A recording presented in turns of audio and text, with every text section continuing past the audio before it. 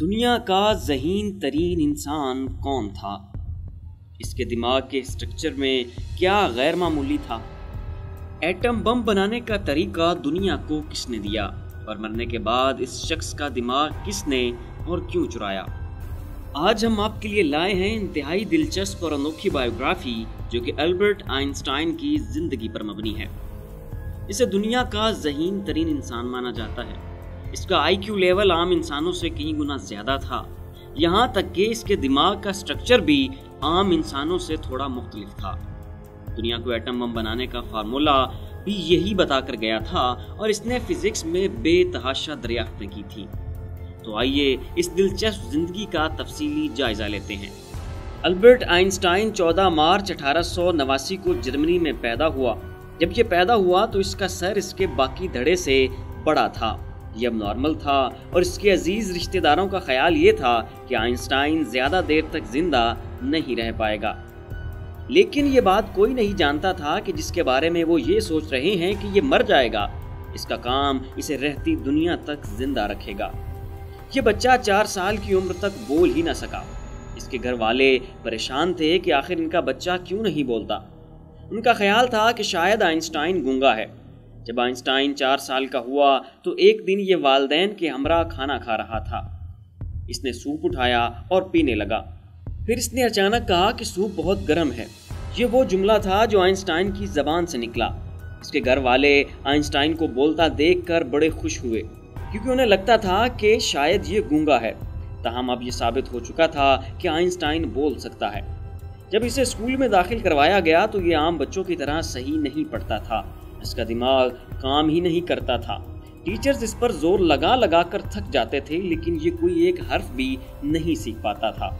ایک دفعہ تو اسے اسکول سے نکال دیا گیا۔ آئنسٹائن کو اس کے ٹیچرز لیزی ڈاگ بھی کہا کرتے تھے۔ یہ میتھ اور سائنس میں تو پاس ہو جاتا تھا لیکن ہسٹری اور جیوگرافی میں ہمیشہ ناکام رہتا۔ ایک دن آئنسٹائن کا باپ ایک کمپاس لے آیا جسے دیکھ کر آئنسٹائن بڑا حیران ہوا۔ اس نے کھوجنے کی بھرپور کوشش کی کہ آخر کیا چیز ہے کہ جو کمپاس کی سوئی کو کسی ایک سمت میں ٹھہرائے رکھتی ہے۔ آئنسٹائن کے ذہن میں پیدا ہونے والے سوال نے اسے آئنسٹائن بنا دیا اور یہیں سے پھر آئنسٹائن نے تعلیم میں دلچسپی لینا شروع کی اور دیکھتے ہی دیکھتے سبھی علوم میں ماہر ہو گیا۔ عمومی طور پر عام انسانوں کا آئی کیو لیول 100 درجے تک کا ہوتا ہے لیکن آئنسٹائن کا آئی کیو لیول 170 درجے پر کام کرتا تھا۔ ایک دریافت نے اسے مشہور کر دیا، اسے تھیوری آف ریلیٹیوٹی کہا جاتا ہے۔ اسے کھوجنے میں اسے 10 سال لگ گئے۔ اس نے خلا اور وقت کے آپس کے تعلق کو واضح کیا۔ مزید اس نے کشش ثقل اور بلیک ہولز کے بارے میں بتایا اور جو کچھ بھی بتایا حالیہ تحقیق اس کی تصدیق کر رہی ہے۔ 1921 میں اس سے فوٹو الیکٹرک ڈسکوری پر نوبیل پرائز ملا۔ آئنسٹائن کی ایجادات پر جدید فوٹوگرافی کی بنیاد پڑی۔ آئنسٹائن ایک بلکھڑ انسان تھا، اسے چیزیں یاد رکھنے میں بڑی دشواری ہوتی تھی، یہاں تک کہ اپنا فون نمبر بتانے کے لیے بھی یہ ڈائری کھولتا تھا۔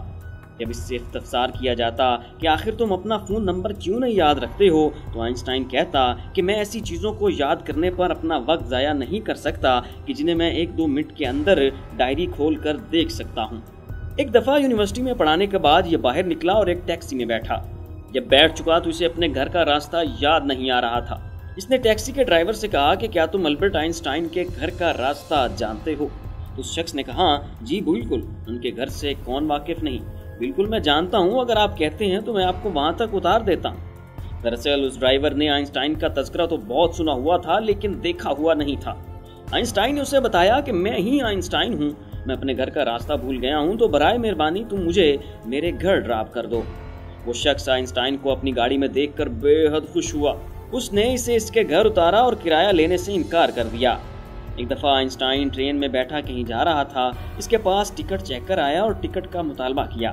اس پر آئنسٹائن ٹکٹ ڈھونڈنے لگا لیکن ڈھونڈنے کے باوجود اسے ٹکٹ نہ ملی۔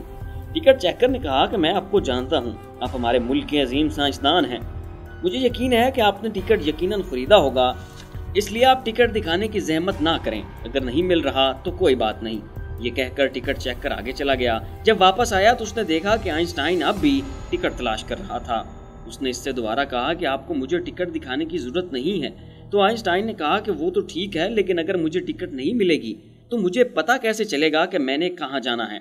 یعنی آئنسٹائن ٹرین میں بیٹھ تو گیا تھا لیکن وہ اپنی منزل کے بارے میں بھول چکا تھا کہ اسے کہاں جانا ہے۔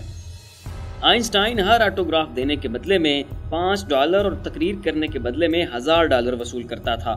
یہ بے حد سست تھا۔ اسے تعلیم مکمل کرنے کے 9 سال بعد تک بھی جاب نہیں ملی تھی۔ پھر 1933 میں یہ جرمنی سے تنگ آ کر امریکہ آ گیا اور یہاں بطور پروفیسر ایک یونیورسٹی میں پڑھاتا رہا۔ اس دوران FBI نے اس پر سخت نظر رکھی۔ وہ یہ سمجھتے رہے کہ شاید آئنسٹائن جرمنی کا ایجنٹ ہے۔ FBI نے پورے 20 سال اس کی سبھی سرگرمیوں پر کڑی نظر رکھی۔ اس کے خطوط، کھانے پینے کے اوقات، لوگوں سے ملاقات، غرض یہ کہ اس کی زندگی کی ہر ایک سرگرمی کی مانیٹرنگ کرتے رہے۔ 1926 میں اس نے ریفریجریٹر بھی بنا ڈالا تھا، لیکن اس نے اپنے کام کی کوئی تشہیر نہیں کی تھی۔ اس لیے آئنسٹائن سے پہلے ہی ایک اور شخص نے ایک جدید ترین ریفریجریٹر متعارف کروا دیا تھا۔ آئنسٹائن کو میوزک سے بے حد پیار تھا اور یہ سمندری سفروں کا بھی شیدائی تھا۔ یہ شروع ہی سے گانوں کو شوقین تھا اور آخری عمر تک اس کے پاس ایک پیانو تھی جسے یہ خود بجایا کرتا تھا۔ اسے بال کٹوانا پسند نہیں تھے، یہ لمبے لمبے بال رکھتا تھا، اسے فارمل ڈریسنگ سے بھی نفرت تھی اور اکثر یہ عام اور سادہ لباس پہن کر عوامی اجتماعات میں بے جھجک چلا جاتا اور کوئی آر محسوس نہ کرتا تھا۔ اس نے جو تھیوری آف ریلیٹیوٹی دی تھی، بعد میں سائنسدانوں نے اسے استعمال کرتے ہوئے ایٹم بم بنا ڈالا تھا۔ اس بات پر اس نے شدید غم و غصے کا اظہار کیا اور اس کام کے سنگین نتائج سے لوگوں کو آگاہ کیا۔ جب ایٹم بم بن گیا تو اس نے کہا کہ اب جو جنگ ہوگی وہ دنیا کو اس قدر تباہ کر دے گی کہ اس کے بعد لوگ دوبارہ پتھروں سے جنگ کیا کریں گے۔ اس کے 20 سے زائد عورتوں سے معاشقے تھے، جن میں سے کچھ روسی، کچھ جرمن اور کچھ امریکن تھیں۔ آئنسٹائن کو شہرت سے نفرت تھی، یہ بالکل بچکانہ حرکتیں بھی کرتا تھا۔ ایک دفعہ جب اسے فوٹوگرافر نے فوٹو کھینچتے ہوئے اسے مسکرانے کا کہا تو اس نے اپنی زبان باہر نکال لی۔ اس کا وہ تاریخی فوٹو آج بھی موجود ہے۔ یہ فوٹو بعد میں 1,60,00,000 روپے میں نیلام ہو گیا۔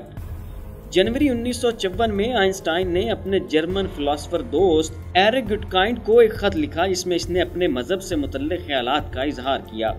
بعد میں اس کا یہ خط دنیا کا قیمتی ترین خط ثابت ہوا، جو کہ 38 کروڑ میں نیلام ہوا۔ البرٹ آئنسٹائن ایک یہودی تھا۔ اسرائیل کی طرف سے اسے وزیر اعظم بننے کی پیشکش بھی کی گئی تھی۔ دراصل اسرائیلی حکومت اسے تخت و تاج کا لالچ دے کر اس کے تحقیقی کام کو اسرائیل کی ترقی کے لیے استعمال کرنا چاہتی تھی۔ آئنسٹائن بھی یہ بات سمجھتا تھا، اس لیے اس نے وزیر اعظم بننے سے انکار کر دیا اور کہا کہ میں سائنس کا بندہ ہوں اور اس کام کے لیے بنا ہوں، مجھے اقتدار سے کوئی غرض نہیں۔ آئنسٹائن ایک لا مذہب انسان تھا۔ یہ ملکی محبت جیسے جذبات سے اعراض کرتا، اسے نیشنلزم سے بھی نفرت تھی۔ اس کے بعد آئنسٹائن بیمار پڑ گیا۔ ڈاکٹروں نے اسے آپریشن کی تجویز دی۔ اگر یہ سرجری کرواتا تو صحت یاب ہو سکتا تھا، لیکن آئنسٹائن نے یہ کہتے ہوئے آپریشن کروانے کی تجویز رد کر دی کہ میں نے جتنی زندگی گزارنی تھی گزار لی ہے، اب مجھے مشینوں اور دواؤں کے سہارے نہیں جینا۔ اور بالآخر 18 اپریل 1955 کو آئنسٹائن فوت ہو گیا۔ اس نے اپنی زندگی کے آخری 30 سال تھیوری آف ایوری تھنگ دریافت کرنے پر گزارے، جس میں یہ کامیاب نہ ہو سکے۔ جب آئنسٹائن مر گیا تو تھامس ہارمن نامی سائنسدان نے اس کا دماغ چرا لیا۔ اس نے وہ دماغ 40 سال تک اپنے تہہ خانے میں چھپائے رکھا اور تحقیق کرتا رہا۔ اس نے دیکھا کہ آئنسٹائن کے دماغ میں عام انسانوں سے 17% زیادہ نیورونز ہیں۔ اس کے دماغ کا ایک حصہ جسے پیرائٹل لوب پر کالم کہتے ہیں سرے سے تھا ہی نہیں، جبکہ اس حصے کی جگہ پیرائٹل لوب 20% زیادہ بڑا تھا۔ یہ حصہ جو کہ سائز میں زیادہ بڑا تھا، یہ اچھی میتھ اور تصویروں سے متعلق یادداشت کے حوالے سے کام کرتا ہے، اور شاید اسی لیے آئنسٹائن میتھ اور سائنس میں عام انسانوں کی نسبت غیر معمولی صلاحیتوں کا حامل تھا۔ 40 سال بعد دماغ چرانے والے شخص تھامس نے آئنسٹائن کا دماغ ساری دنیا کے سامنے پیش کر دیا اور اس کے دماغ کے 142 ٹکڑے دنیا کے دیگر سائنسدانوں کو بھیجے، جس پر بعد میں بھی تحقیق ہوتی رہی، لیکن اس جرم کی پاداش میں تھامس کو نوکری سے نکال دیا گیا۔ تو ناظرین، یہ تھی البرٹ آئنسٹائن کی بایوگرافی۔ آپ کو ہماری یہ کریشن کیسی لگی؟ اپنی رائے کا اظہار کامنٹ باکس میں ضرور کیجیے گا۔ اسی کے ساتھ اپنے میزبان غالب سلطان کو اجازت دیجیے۔ اس ویڈیو کو لائک ضرور کریں، اپنے عزیز دوستوں رشتہ داروں کے ساتھ شیئر بھی کیجیے گا۔ اللہ حافظ۔